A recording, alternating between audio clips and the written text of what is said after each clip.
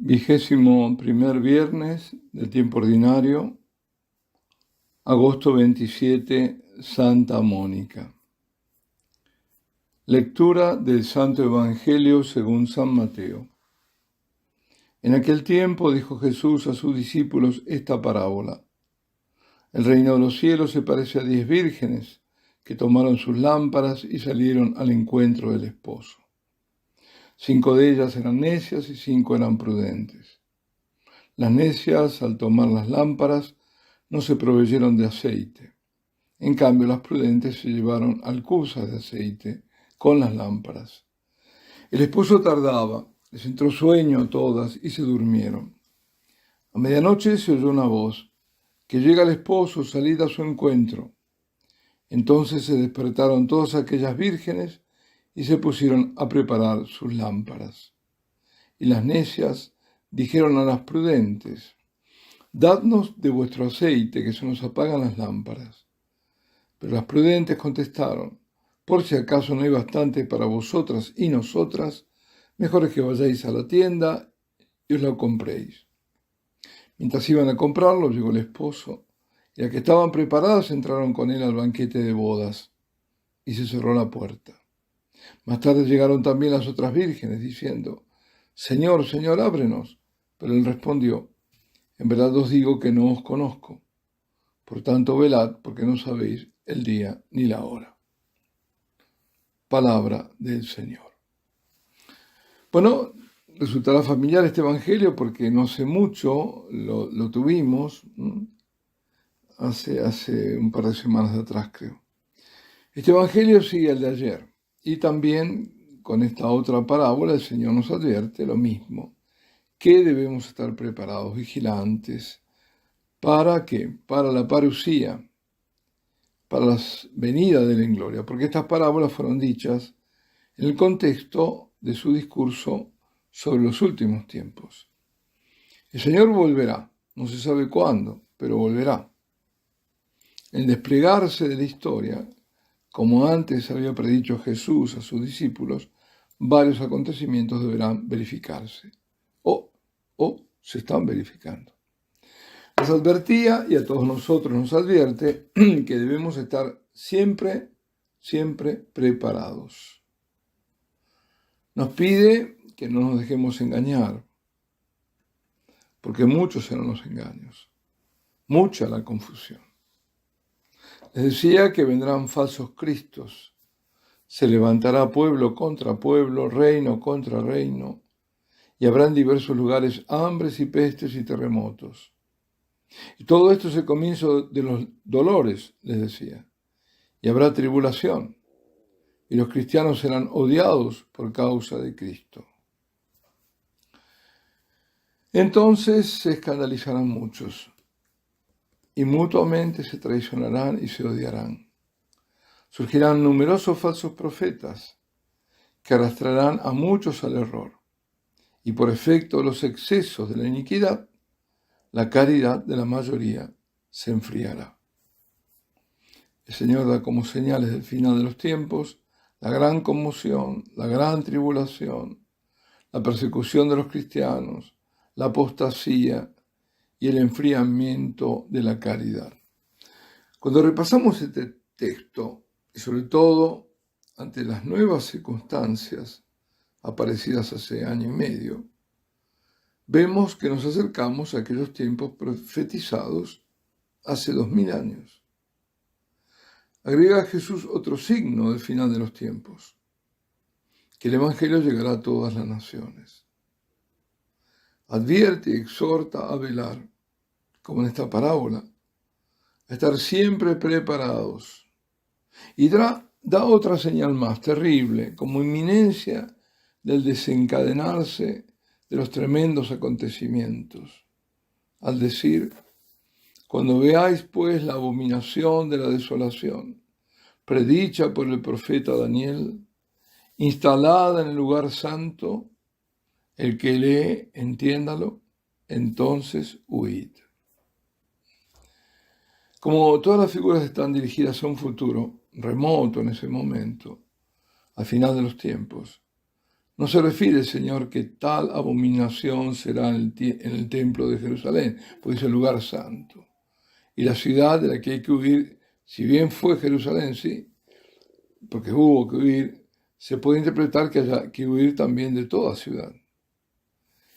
Y la abominación, o de alguna ciudad en especial, la nueva, qué sé yo, Roma, por ejemplo.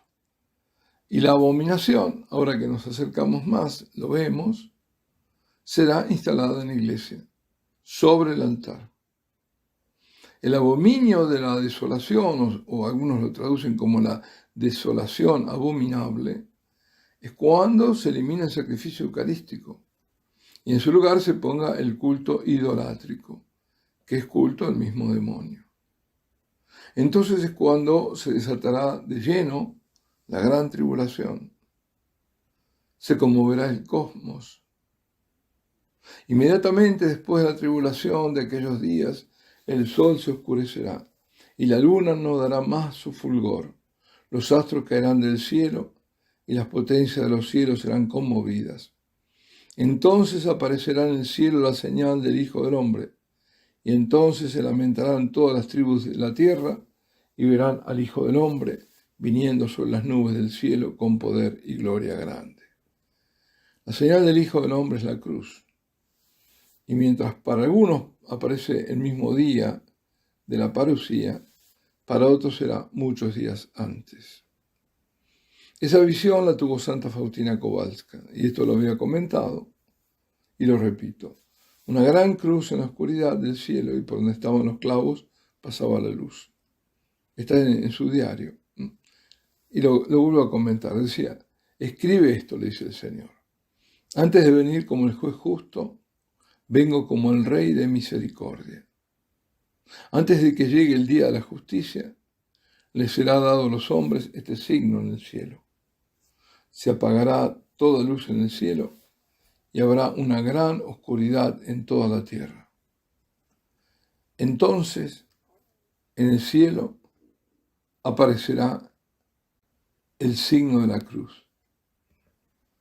Y de los orificios donde fueron clavadas las manos y los pies del Salvador, saldrán grandes luces que durante algún tiempo iluminarán la tierra. Eso sucederá poco tiempo antes del último día. Y dice Jesús en el Evangelio que harán duelo todas las tribus, porque por esa señal recordarán la muerte de Cristo. Esas tribus, ante todo es todo Israel. Ante todo es todo Israel. Volviendo a la parábola, las doncellas representan a todos los cristianos. Por tanto, esta parábola de las vírgenes prudentes y las insensatas quiere enseñarnos la necesidad de estar siempre alerta, porque nadie sabe el día ni la hora de la venida del Señor. Las vírgenes solían estar con la novia, haciéndole compañía en espera del esposo, que a su vez venía con sus amigos. La espera es este tiempo, desde la ascensión del Señor hasta su regreso, que será la segunda venida de Cristo en la gloria. El banquete es el de la fiesta, o sea, la felicidad del reino de los cielos. Los fieles que no están preparados a la venida de Cristo serán eliminados de la beatitud del paraíso. El momento de la parusía es capital y hay que tener siempre a mano la provisión de aceite. O sea, estar preparado con la oración, la adoración, la penitencia, en estado de gracia, meditando la palabra, esforzándose en todo en hacer la voluntad de Dios, en cumplir el absoluto de los mandamientos. Muchos de los que se dicen enterados de estas cosas, los que reciben o leen profecías, llenan no sus lámparas, sino sus alacenas y bodegas de comestibles y otras cosas. Están preparados para una hecatombe, como ellos lo imaginan, pero pocos son los que se llenan de oraciones, van acumulando méritos y virtudes. Y esto es lo que importa, lo que más importa, porque la lámpara sin aceite, la vida sin oración, sin prácticas de piedad, es la fe muerta que solo se declama pero no se vive. La luz de la lámpara viene de la escucha atenta a la palabra de Dios, viene de la contemplación en adoración, viene del Espíritu, y la llama del Espíritu se reviva justamente con la oración.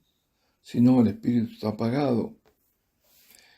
El Señor, por medio de la parábola, no les reprocha que se hayan dormido. Eso también lo había comentado la vez pasada. Porque tanto las prudentes como las necias se durmieron. Es decir, el tema no está en eso. El tema de la advertencia es estar preparados. Porque apenas se despertaron, ya tenían el aceite. Y ya estaban ahí. No fueron a buscar, estaban ahí preparadas. El sueño indica más bien lo imprevisto. Cuando menos se lo piensa, vuelve el Señor. Lo importante es tener el aceite, no perder la unción, mantener pese a todo la fe para recibir dignamente al Señor y estar en estado de gracia. Y a propósito, un consejo. Estemos muy alerta de las obras del enemigo, de las personas que siembran enemistades, conscientes o no, de las divisiones. Satanás quiere especialmente destruir la obra de la Virgen. Hagamos todo sopesando qué hacemos, qué decimos, no llevados por impulso, con caridad y con paciencia. No le demos ocasión al diablo que ronda por allí buscando a quien devorar. Siempre me digo, y espero hacerlo, digo al Señor, Señor, no quiero ser yo impedimento para tu obra. No ser impedimentos para la obra de Dios. Estoy viendo cuán fuerte es el enemigo. ¿Cuánto? No dividamos que los propios del diablo. Unamos, perdonemos, reconciliémonos. Dejemos atrás el orgullo. En el orgullo trabaja el demonio porque él es el soberbio. Atención. Bajemos un poco del pedestal totalmente bajarnos del pedestal y bajemos un poco la cabeza. Hoy celebramos a Santa Mónica, modelo de madre que reza por la conversión de su hijo, que no desespera, insiste como el Señor aconseja. Un hijo de tantas lágrimas no podía perderse, dice San Ambrosio a Santa Mónica, el santo que acompañó a Agustín en su camino de conversión. Mónica, que significa solitaria en griego, sola pedía a Dios aquella conversión que parecía imposible.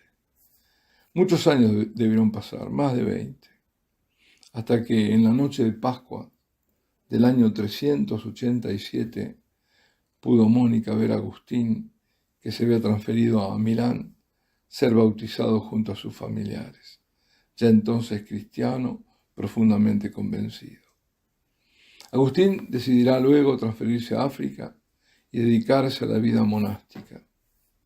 En sus confesiones narra la conversación espiritual mantenida con su madre, en la tranquilidad, en el sosiego de la casa en Ostia, etapa intermedia hacia la destinación en África.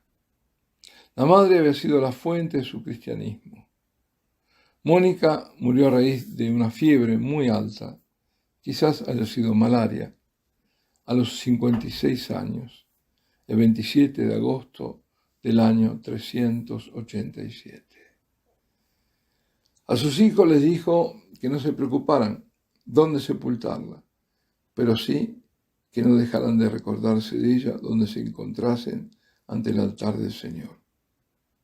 Grande mujer, ejemplo de virtudes para todas las mujeres.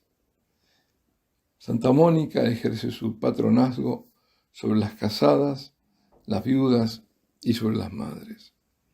Alabado sea Jesucristo. Santa Mónica ruega por nosotros.